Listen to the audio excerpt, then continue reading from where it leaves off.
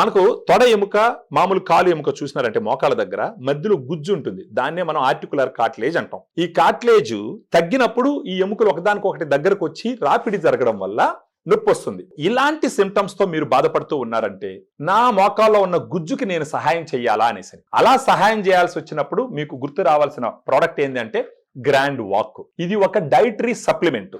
So దీంట్లో Grand Walk లో 8 రకాల ఇంగ్రీడియంట్స్ ఉన్నాయి. Glucosamine 1500 mg, chondroitin 1200 mg, boswellia serrata 250 mg, curcumin 1500 mg, piperine 15 mg and pinus gerardiana bark extract 100 mg, vitamin C 80 mg. ఇవన్నీ clinical trials లో వాడినటువంటి డోసును తీసుకొచ్చి grand walk sachet లో పెట్టడం జరిగింది.